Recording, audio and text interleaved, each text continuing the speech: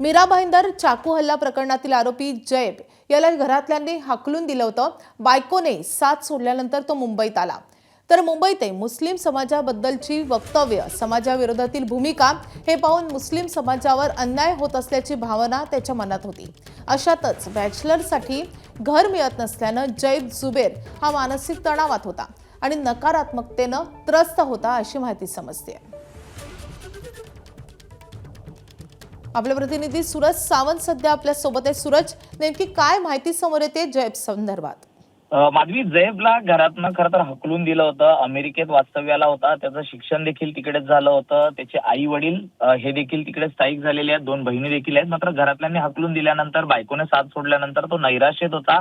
तिथून तो कुर्ला येथे राहावयास आला होता। तिकडनं बॅचलर्स लोकांना तिथे खोल्या दिल्या जात नव्हत्या, त्यामुळे त्याला कुर्ल्यातनं खोली सोडावी लागलेली होती। या सगळ्याच गोष्टीतनं एक नकारात्मकता त्याच्या मनामध्ये होती आणि अशातच समाजामध्ये मुस्लिम जे समाज आहे याच्याविषयी मुंबईत होणारी वक्तव्य असतील किंवा एकूणच आंदोलन किंवा या सगळ्या गोष्टींमुळे तो एक डिप्रेशन मध्ये होता। यातनंच त्याने सोशल मीडियावरती विविध व्हिडिओ देखील पाहिले होते। अशात कट्टरपंथीयांचे भाषण ऐकून तो प्रेरित झाला होता।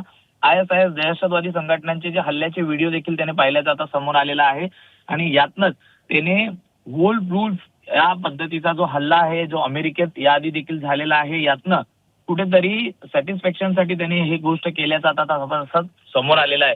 त्यामुळे जुबेर याची मानसिकता आणि एकूणच त्याच्या सोशल मीडियावरच्या ऍक्टिव्हिटी पाहता ATSने त्याची विचारसरणी आणि मानसिकता याचा सखोल तपास करून त्याचा कुठल्या दहशतवादी संघटनेशी संबंध होता का किंवा त्याला तिकडे जॉईन व्हायचं होतं का, या संदर्भातला आता तपास सुरू केलेला आहे। कालपर्यंत आपण पाहिलं तर अनेक धक्कादायक बातम्या या त्याच्या बाबतीतल्या समोर आलेल्या होत्या। नैराश्येतनं त्याने या सगळ्या गोष्टी केलेल्या होत्या, एक नकारात्मकता मनात होती आणि त्यातनं त्याने हे पाऊल उचलल्याचं आता तपासात समोर येत आहे। धन्यवाद सूरज या सगळ्या सविस्तर माहितीसाठी। ABP माझा, उघडा डोळे बघा नीट।